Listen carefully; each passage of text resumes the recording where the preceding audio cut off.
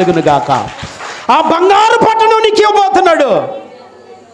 ఆ శ్రేష్టమైన పట్టణంలో నువ్వు ఉండాలని దేవుడు యేసయ్యను నిలువెల్లా రక్తము దార కారుస్తూ ఉన్నా చేయి విడిచిపెట్టి నా దేవా నన్ను ఎందుకు చేయి విడిచిపెట్టావని విలవిలలాడుతూ ఉన్నా. యేసయ్య వచ్చి రేపొద్దు నేను నిలబడతాడు. యేసయ్య వచ్చి నీ ఎదుటి నిలబడతాడు. నేను నీ కోసం ప్రాణం పెట్టా, నువ్వు ఏం చేసావంటే ఏం తెలియదు అన్నట్టు అయోమయం బిడ్డగా అక్కడ ఉన్నావు అనుకో. ఎవరక్కడ? సాతానికి తన అనుచరులకు వేయబడిన అగ్నిగుణం లేసాయి.